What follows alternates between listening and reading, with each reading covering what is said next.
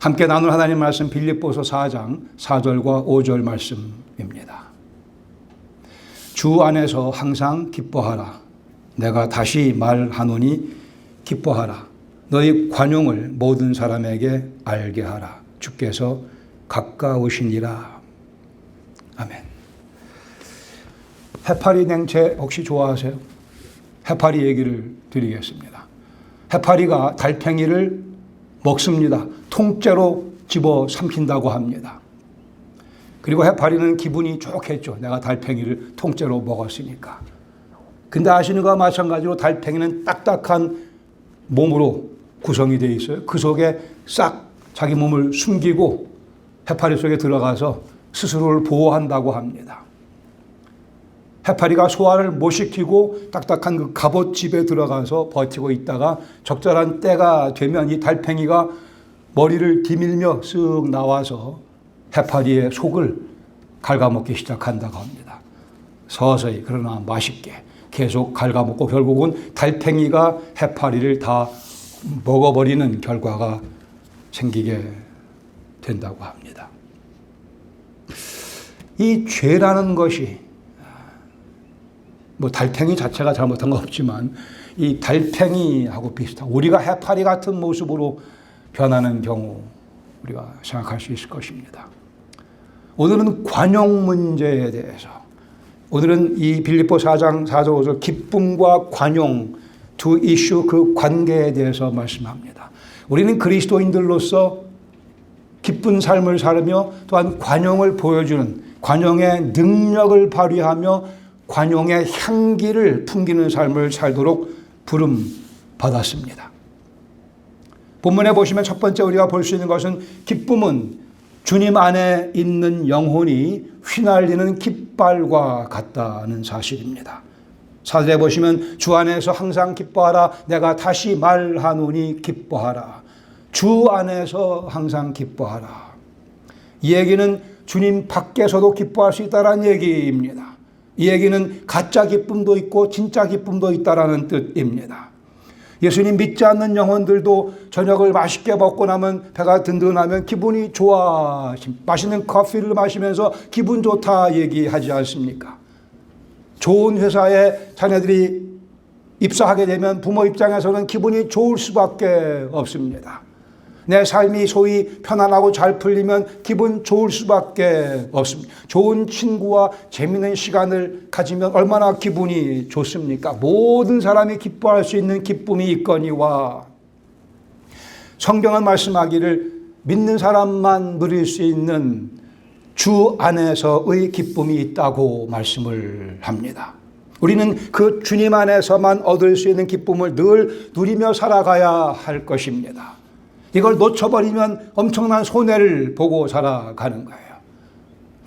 아니 심지어 방탕한 삶을 살면서도 기쁘다 얘기하는 사람들이 우리 주위에 얼마나 많이 있습니까?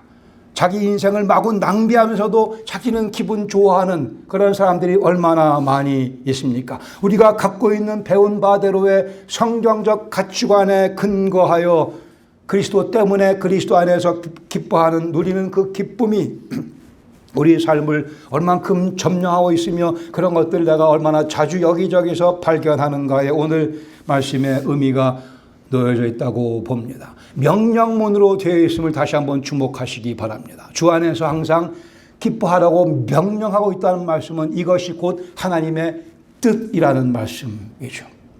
우리가 주 안에서 항상 기뻐하는 것이 하나님의 뜻입니다. 세상 사람들이 기뻐하는 것 그 기쁨의 수준을 넘어서서 그들은 누릴 수 없는 우리만이 누릴 수 있는 그 기쁨을 누리며 살아가라 명령하십니다. 그리스도인들은 다음과 같은 경우에는 기쁨을 놓치게 되고 맙니다. 내 삶 속에 죄가 남아있고 죄책감에 짓눌릴 때 우리는 기쁨을 상실하게 됩니다. 내가 오늘 주님을 기쁘시게 해드리는 일에 전력하지 못하고 나면 오후가 되면 저녁이 되면 찝찝해지며 기쁨이 사그러지게 되고 맙니다. 나를 향한 주님의 뜻에 대한 확신이 없을 때 혼돈 가운데 빠지면 우리는 착잡해지고 기쁨을 잃어버리게 됩니다. 인생이 별로 재미없다고 느껴질 때 우리는 하나님의 뜻에 반하는 기쁨을 놓친 삶 속에 빠져 들어갔다 얘기할 수 있을 것입니다. 우리에게 우리만 누릴 수 있는 그리스도 안에서의 기쁨, 이것이 오늘의 말씀의 주제이며 하나님의 뜻이라고 말씀을 합니다. 로마서 14장 17절 말씀하기를 하나님의 나라는 먹는 것과 마시는 것에 있지 아니하고, 그리스도를 모르는 사람들은 먹는 것과 마시는 것이 인생의 전부입니다. 더 맛있는 거 먹으려고, 더 큰 집에 살려고, 더 화려한 비싼 옷을 괜히 그것을 입으려고 애쓰며 살아가는 그리스도를 모르는 사람들, 하나님의 나라에 들어와 있는 우리는 그런 것들이 하나님 나라의 주된 내용이 아니고 오직 성령 안에 있는 의와 평강과 기쁨, 희락이라고 말씀을 합니다. 우리는 전혀 다른 나라에 들어와 살고 있습니다. 그리스도가 우리 안에 계시고 우리가 함께 공동체를 이루며 하나님의 나라 속에 살아가고 있기에 먹는 거 마시는 거 하나님께서 책임져 주신다고 하셨기에 우리는 과연 의와 희락을, 평강을 추구하고 있는가? 여기에는 겸손한 자신감이 뒷받침되어져야 합니다. We are different. 우리는 다릅니다. 우리는 영적으로 엘리트, 선택받은 백성들입니다. 먹는 것과 마시는 것이 아니요, 하나님 나라는 의와 평강과 희락이라 말씀합니다. 몸이 아픈데요, 믿지 않는 사람들은 그게 인생의 좌절시키는 요소가 되고 맙니다. 그러나 그리스도를 안다고 하면 몸이 아프고 힘들어도 주 안에서 기뻐하되 항상 기뻐하라 하시는 그 말씀을 되새기며 내 영혼을 추스려야 합니다. 제가 몸이 건강해서 이렇게 말씀드린다고 생각하지 마세요. 저도 몸이 많이 아픕니다. 얼마 안 남은 것 같아요. 젊을 때 생각을 자주 하는 거 보면 제가 많이 늙은 것 같습니다. 어차피 흘러가는 인생 가운데 주 안에서 항상 기뻐하라 말씀하셨으니까 아파도 힘들어도 주님께서 약속하신 바들, 아니 주님께서 나를 위해 죽으시고 부활하셨으니 영원한 생명이 보장되어 있으니 주님께서 곧 나의 기쁨이시라는 사실을 자꾸 되씹어야 합니다.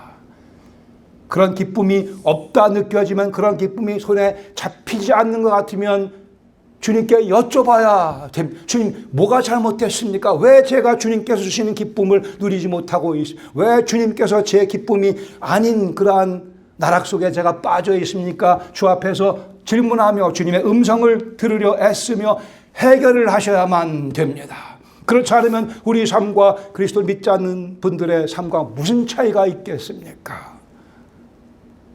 We do have the access to Christ. 우리는 그리스도께 나아갈 수 있어요. 그분을 붙잡을 수 있습니다. 아니, 그분께서 우리를 붙잡고 계시지 않습니까? 여기에 복음의 능력이 있으며 그리스도 예수의 사랑의 능력이 있습니다. 내 삶이 기쁨 가운데 흘러가고 있지 못하다면 문제죠. 주님께 끝까지 답을 주실 때까지 여쭤야 합니다. 이게 특권이니까는요. 우린 사도 바울의 경우를 잘 알고 있습니다. 사도행전 16장에 보시면 빌립보 감옥에 갇혀있던 바울과 실라가 한밤중에 기도하며 찬송하는 그 찬송 소리가 온 죄수들의 귀에까지 전달되는, 이게 부흥회라는 거죠. 이게 그리스도인의 능력이라고 하는 것입니다. 한국에 그런 기억이 납니다. 추운 겨울날 군고구마 파는 분들. 저는 꽤 그 직업이 낭만적이라 생각을 했습니다. 그 추운 날 뜨끈뜨끈한 그 통 앞에 놓고 고구마를 구워서 장갑 끼고 파는. 지나가면서 그거 하나를 사서 열면 김이 모락모락 나고 그 뜨거운 거를 호호 불어가면서 그 추위 속에 추위와 따뜻함이 함께 엮여지는, 한번 겨울에 한국 나가서 먹고 싶습니다. 얼마나 추운 겨울날 그 고구마가 맛있겠어요. 뜨끈뜨끈한 게. 인생이 춥습니다. 그래요. 인생 나이가 들면 들수록 더 추워질 수도 있습니다. 그러나 우리는 군고구마가 항상 준비되어 있으니까는요. 주님 품 안에 의지할 수 있으니까는요. 추위가 느껴지지 않는 것 아닙니다. 막 춥습니다. 힘듭니다. 그래도 우리는 나아갈 대상이 계시니까는요. 주님 군고구마가 지금 필요합니다. 주님 안에 영혼을 숨기면, 이 몸을 숨기면 주님의 따뜻함이 우리를 감싸 주실 겁니다. 주님 안으로 들어가면 주님께서 기쁨의 샘물을 우리 속에 공급하실 것입니다. 이것을 직접 경험해야만 되며 이것이 그리스도인의 승리의 삶의 모습일 것입니다. 기쁨이라 함은 내가 예수님과 연결되어 있음을 확인하는 것을 의미합니다. 환경이 절대 아닙니다. 기쁨이란, 참된 기쁨이란 내가 예수님과 연결되어 있다고 하는 그 약속, 그 현실이 우리의 기쁨입니다. 그러기에 오직 그 경험을 하는 영혼만이 참된 기쁨을 누리며 주님께서 내 안에 계시다고 하는 그 사실을 깃발을 휘날리며 주위 사람들에게 알려줄 수 있습니다. 성경에 그리고 우리의 경험 가운데 위대한 믿음의 선배들은 다 이 경험을 깊숙이 했습니다. 그들 중에 환경적으로 편안하고 환경적으로 문제가 없는 경우에 있는 경우는 거의 없습니다.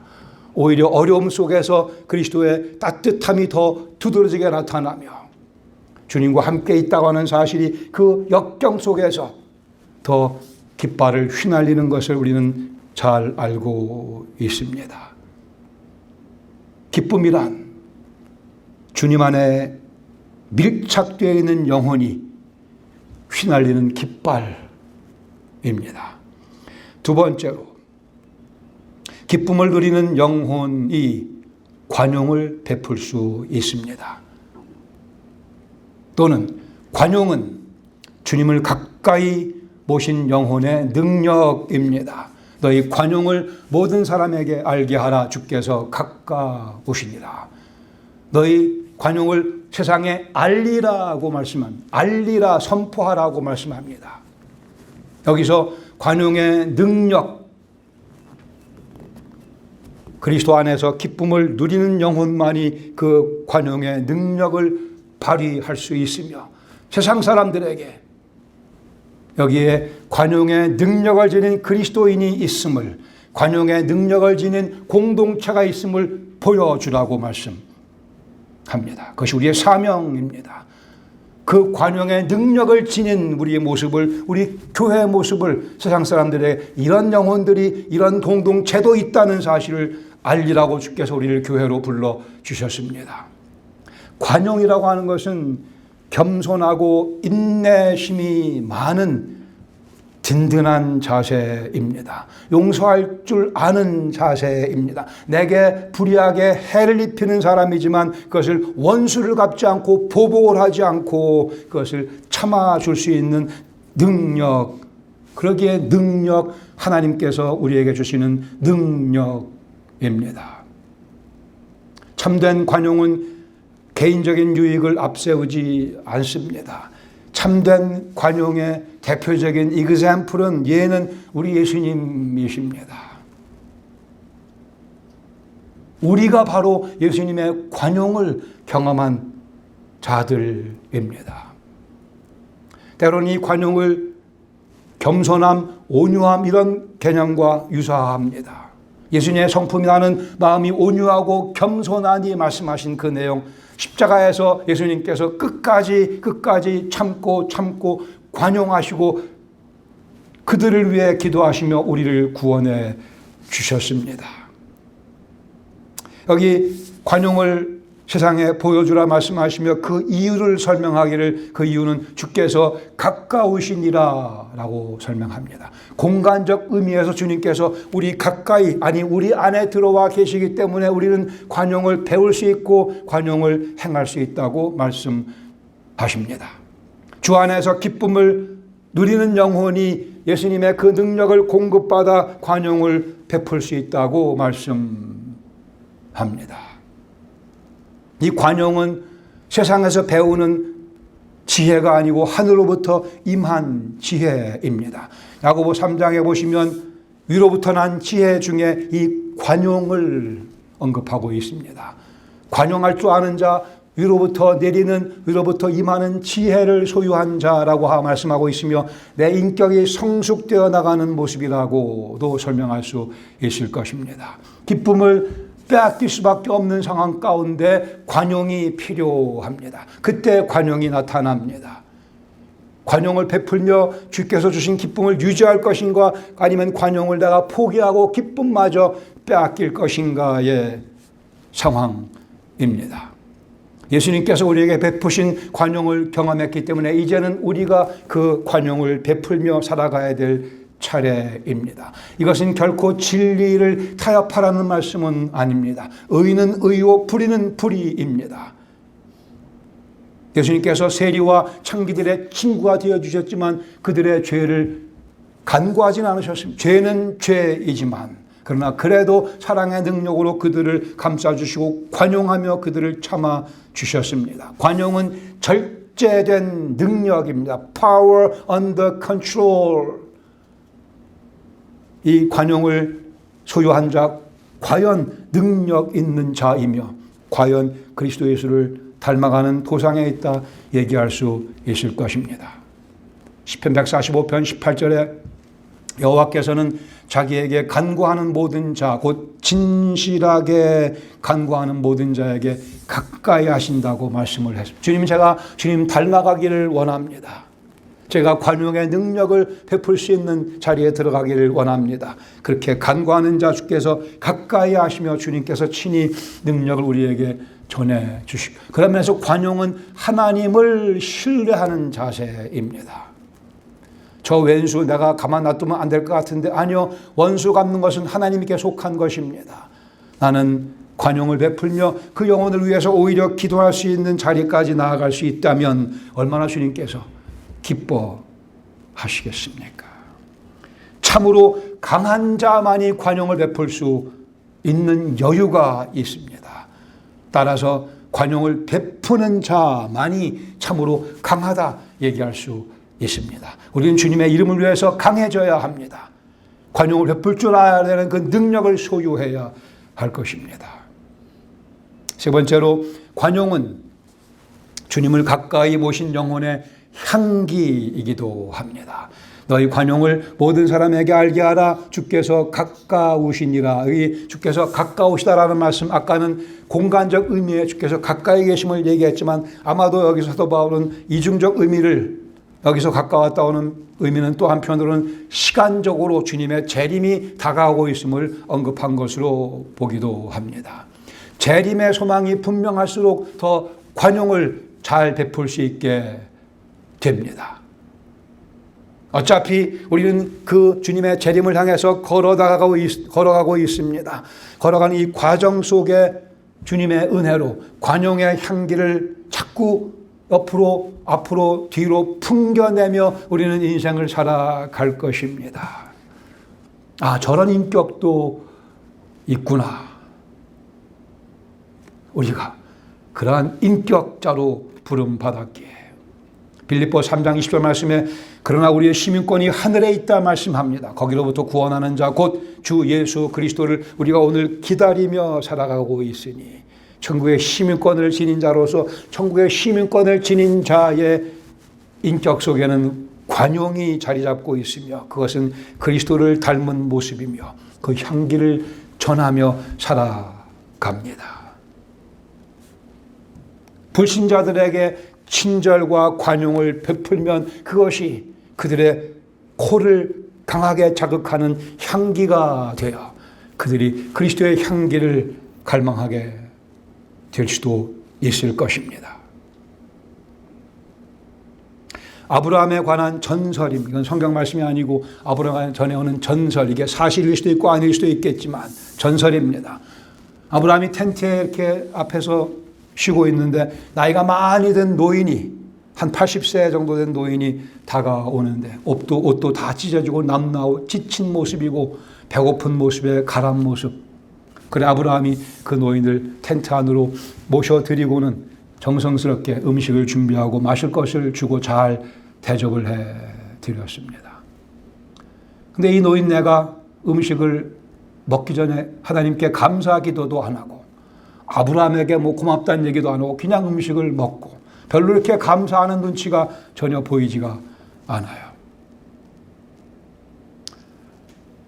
그래서 아브라함이 좀 기분이 그래서 아니 당신은 기도도 안 하십니까? 그랬더니 이 사람 대답하기를 나는 불의 신을 믿소.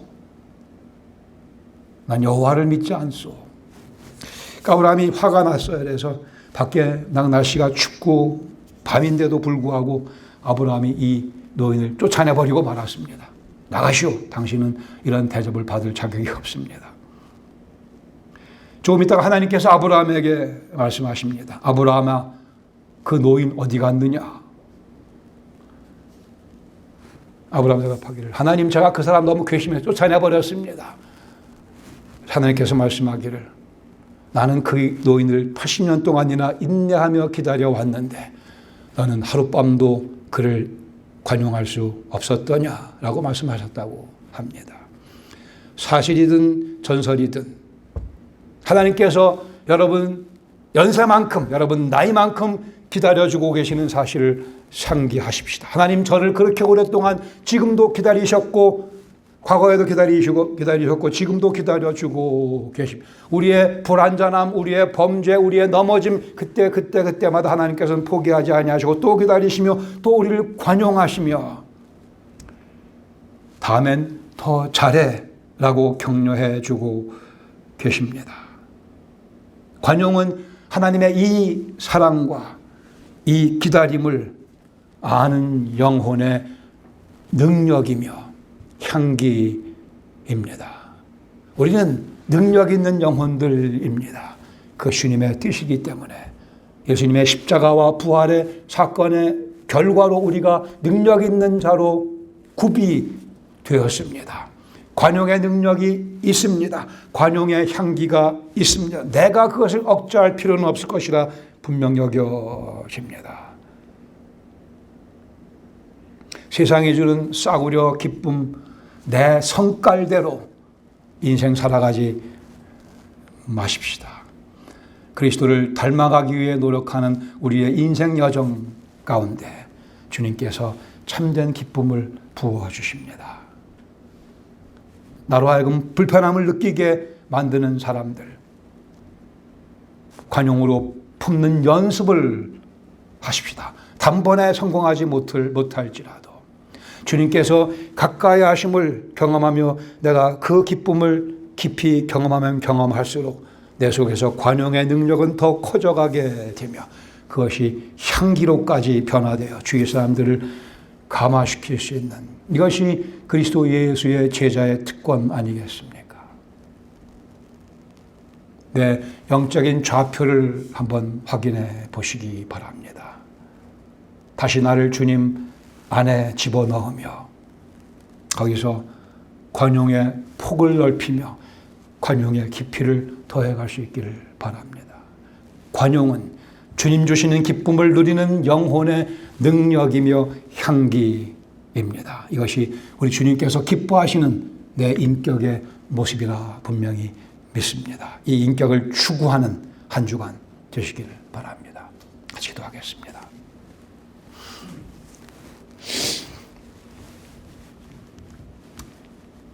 우리는 사람이기 때문에 이 진리의 말씀을 듣고 공감하지만 선뜻 또 내가 관용 베푸기가 어려운 사람들이 있을 수도 있을 것입니다.